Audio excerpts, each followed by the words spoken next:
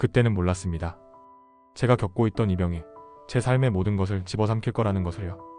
엘리베이터, 좁은 회의실, 심지어 버스 안까지 저에게는 숨막히는 지옥이 되어버렸습니다. 제가 다니던 제약회사 영업직은 높은 영업 매출에 대한 압박과 살인적인 업무 스트레스로 유명했습니다. 돈은 많이 벌지만 오랫동안 일하는 사람이 드물 정도였죠. 결혼하기 1년 전 저는 이곳으로 이직했습니다. 그리고 결혼 이후부터 제 삶이 통째로 흔들리기 시작했습니다. 특히 밀폐된 공간은 저에게 발작을 일으키는 트리거가 되었고 결국 폐쇄공포이라는 진단을 받았습니다. 문제는 여기서 끝나지 않았습니다. 약을 먹지 않으면 일상생활 자체가 불가능했고 약을 먹으면 하루 종일 잠만 자는 부작용에 시달렸습니다. 심지어 약을 먹어도 발작은 계속되었고 약의 용량은 점점 늘어만 갔습니다. 약의 부작용은 저를 더 깊은 무기력으로 빠뜨렸습니다. 그리고 우리의 부부 관계마저 파괴했습니다. 약물 부작용으로 발기부전까지 겪게 되자 저는 심한 자괴감에 시달렸고 아내 소은과의 사이는 더욱 멀어졌습니다. 결혼 초에는 아내와 함께 침실에서 잠들곤 했지만 병이 시작되고부터는 새벽에 잠이 깨면 더 이상 침실에 있을 수 없어 거실로 나가 잠을 청하는 날이 많아졌습니다. 이 병은 결국 저를 실직하게 만들었고 우리 가족을 경제적 궁지로 내몰았습니다. 공황장애와 폐쇄공포증, 그리고 그로 인한 밀폐된 공간 발작과 우리 부부의 별거. 이 이야기는 제가 원치 않게 사랑하는 가족을 놓아줄 수밖에 없었던 가장 고통스러웠던 제 삶의 기록입니다. 평범한 일상에 찾아온 예고 없는 그림자. 저는 30대 후반, 결혼 7년차 평범한 가장이었습니다. 아내 소은은 늘 저의 든든한 버팀목이었고 밝고 사랑스러운 아이들도 있었습니다. 결혼 초에는 저와 아내 모두 침실에서 함께 편안하게 잠들곤 했죠. 저희는 주말이면 캠핑을 가거나 영화관에 가서 영화를 보는 것을 즐겼습니다. 꽉 막히는 출근길 지하철도 사람들로 북적이는 백화점도 아무렇지 않았던 평범한 일상이었습니다. 하지만 제 삶은 결혼하기 1년 전 이직한 제약회사 영업직으로 인해 송두리째 바뀌기 시작했습니다. 새로운 환경에서의 적응, 늦은 시간까지 이어지는 과도한 업무, 매달 쌓이는 영업 매출에 대한 엄청난 압박, 그리고 잦은 회식은 제 몸과 마음을 갉아먹었습니다. 이 직업은 돈은 많이 벌 수 있었지만 업무 스트레스가 워낙 심해 오랫동안 버티는 사람이 드물다는 이야기는 익히 들어 알고 있었습니다. 몸은 지쳐갔고 스트레스는 극에 달했습니다. 결국 결혼 이후 어느 날 꽉 막힌 지하철 안에서 갑자기 숨이 막히고 심장이 터질 듯 뛰는 경험을 했습니다. 과로 때문이겠지 대수롭지 않게 넘겼습니다. 하지만 그 증상은 반복되었습니다. 좁은 회의실에서 발표를 할 때, 만원 버스 안에서, 그리고 가장 빈번하게 엘리베이터 안에서였습니다. 이유 없는 공포와 함께 온몸이 경직되고 숨쉬기조차 힘들었습니다. 병원을 찾았고 의사는 공황장애라고 했습니다. 특히 저처럼 밀폐된 공간에서 극심한 불안과 공포를 느끼는 증상을 폐쇄공포증이라고 한다는 설명을 들었습니다. 공황장애입니다. 특히 밀폐된 공간에 대한 불안이 심하신 것 같습니다. 이는 폐쇄공포증이라고 불리는 특정 공포증의 일종입니다.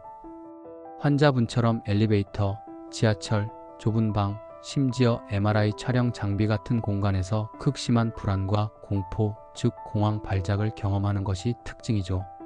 치료하면 충분히 나아질 수 있으니 약물 치료와 인지 행동 치료를 병행하셔야 합니다. 폐쇄공포증 제가요? 숨이 막히고 심장이 터질 것 같고 이러다 죽을 것만 같았는데 믿을 수가 없네요. 그 순간 제 세상은 무너지는 듯 했습니다. 하지만 저는 마음을 다잡았습니다. 치료하면 괜찮아질 거야. 소은과 아이들을 위해서라도? 그땐 정말이죠. 이 병이 우리 가족에게 어떤 그림자를 들이올지 미처 알지 못했습니다.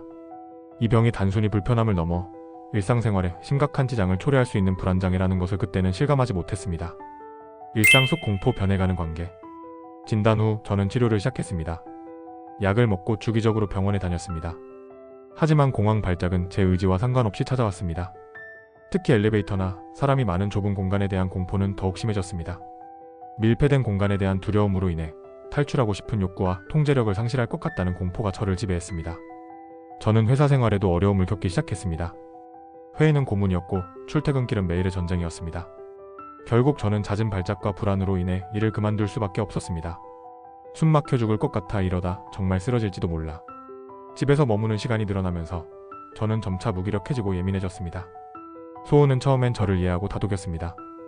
제 약을 챙겨주고 발작이 오면 옆에서 진정시켜 주었습니다. 호흡 곤란, 가슴 두근거림, 현기증, 땀 흘림 같은 신체 증상이 나타날 때마다 소은은 필사적으로 저를 도왔습니다. 잠자리에 드는 것조차 저에게 고통이 되었습니다. 침실에 들어가면 밀폐된 공간이라는 느낌에 불안해졌고 새벽에 잠이 깨면 침실이 마치 저를 옥죄는 감옥처럼 느껴졌습니다.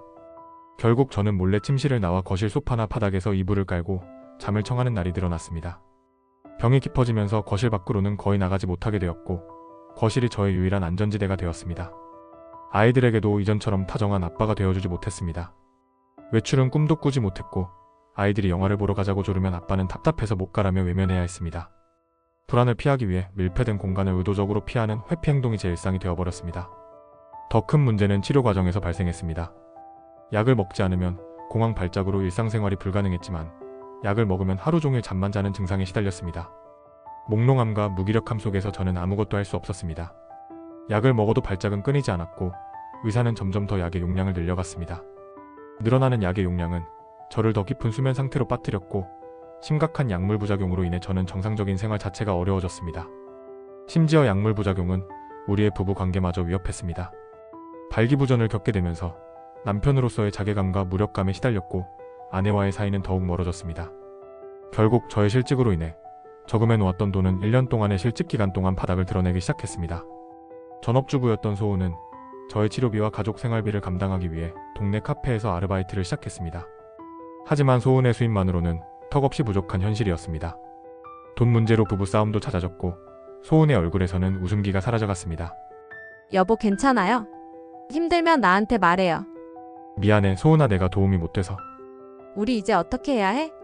생활비도 만만치 않고 아이들 학원비도 내야 하는데 나 혼자서는 너무 벅차. 저는 제 자신이 무능하고 한심하게 느껴졌습니다. 사랑하는 가족에게 짐이 되고 있다는 죄책감에 시달렸습니다. 소은은 괜찮다고 다 이해한다고 스스로를 다독였지만 저는 그녀의 어깨가 점점 무거워지고 있다는 것을 알 수 있었습니다. 그녀의 사랑이 조금씩 아주 조금씩 소진되고 있었습니다. 깊어지는 간극, 무너지는 관계의 벽. 1년이 넘는 투병 생활은 저를 한계까지 몰아붙였고 소은을 더욱 지치게 만들었습니다. 저희의 대화는 줄어들었고 사소한 말다툼이 잦아졌습니다. 제가 거실에서만 생활하며 외부 활동을 거의 하지 못했고 약물 부작용으로 인해 하루 종일 잠만 자는 날이 많아지면서 소은의 부담은 날마다 커졌습니다. 그녀는 가장의 역할과 엄마의 역할, 그리고 저의 간병인 역할까지 혼자 감당해야 했습니다. 여보 답답해서 미치겠어요. 저 혼자 너무 힘들어요.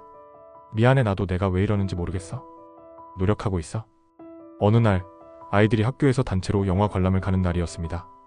아이들은 제가 함께 가주기를 간절히 바랐습니다. 저는 마음 같아서는 당장 달려가고 싶었지만 밀폐된 공간이라는 단어에 발작이 찾아왔습니다. 죽을 것 같다는 공포, 가슴 통증, 현실감이 사라지는 증상이 한꺼번에 몰려왔습니다. 아이들 앞에서 주저앉아 숨을 헐떡이는 저의 모습을 본 소은은 결국 폭발하고 말았습니다. 여보, 제발, 왜 이렇게 됐어요? 왜 우리에게 이런 고통을 줘요? 나도 힘들어. 나도 살고 싶어. 아이들이 이렇게 힘들어하는 거 안 보여요. 소은의 절규는 제 귀에 박혔습니다. 그녀의 눈에 비친 제 모습은 사랑하는 아빠도 든든한 남편도 아닌 그저 공포와 무기력에 갇힌 환자일 뿐이었습니다. 저는 그녀의 고통을 더 이상 외면할 수 없었습니다. 그날 밤 저는 잠들지 못하고 이 결혼의 끝을 생각했습니다.